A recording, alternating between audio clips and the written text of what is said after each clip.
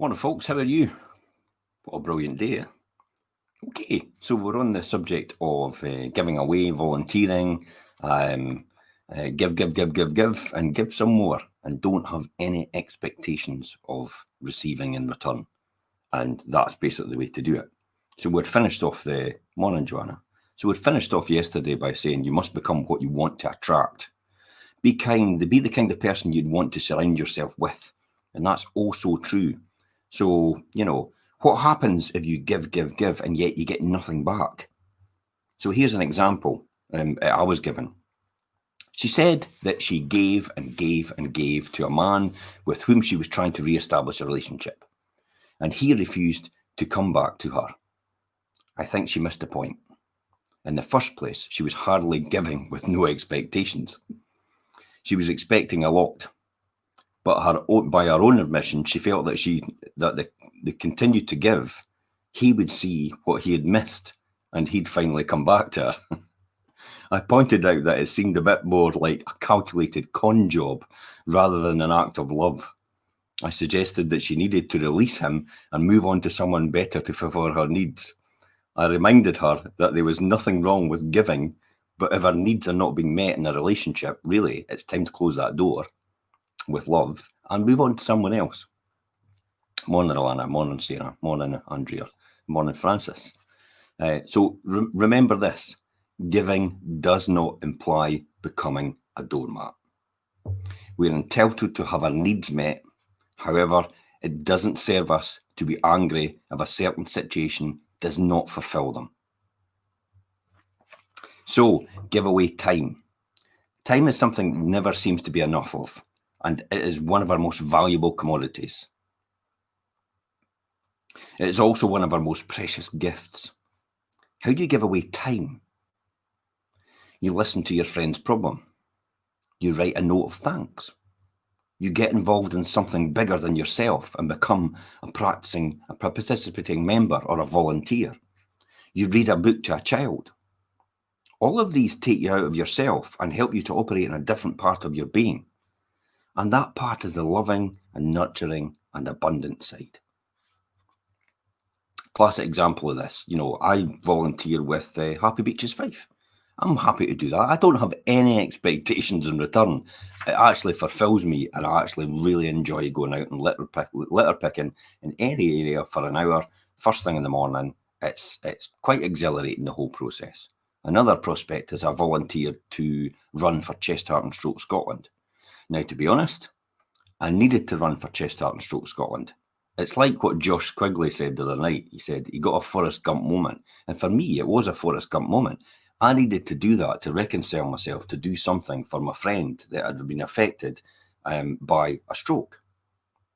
And I felt that for me, for my release, actually running the London Marathon, which I've got to stop on today, I got as a result of that, running the London Marathon was a big, big healing process for me, and actually raising money and raising funds for Chest, Heart and Stroke. So yes, I did have some expectations, but it wasn't really anything. If I didn't get anything out of it, then fair enough. I just needed to run the London Marathon. So that's what I did. So I raised some funds and I volunteered for London Marathon. Most people probably won't know that, but that's not what it's about. It's about just volunteering for your own purpose. So volunteering is also a wonderful way to spend the holidays with your own children. Here's a great story for you. This is a classic. I've seen this before. One of my friends was aghast when her daughter opened 52 presents and said, "Is that all?" Wow. Give that lassie a slap. Sorry, you're not meant to do that, are you? That was the last kind of Christmas for her daughter. Now, each time of the year, she and her daughter are part of the holiday project they had talked about. She had seen a transformation in her daughter. Instead of always wondering what she will always be getting for Christmas, her daughter spends a lot of time creating things to take to hospital and give away. Become a totally different person, hasn't she? I want to say a word about volunteering in general. This is in the words of Dr. Susan Jeffords. I'd had many opportunities to observe volunteers, and this is quite true. There are generally two categories: those that knew they counted and those who didn't. And what a difference there has been between them. The latter helped, not out of a sense of giving, but out of a sense of obligation. I should be giving back to the community. Some of these used their volunteer experience as a way of proving to everyone else that they were good people, that they were. This is not to say that some of them were not of help. They were, though some definitely were not. Their egos got in the way. These were the ones that were not interested in what the hospital needed, the floating hospital she worked at, but only in what would feed their own ego themselves.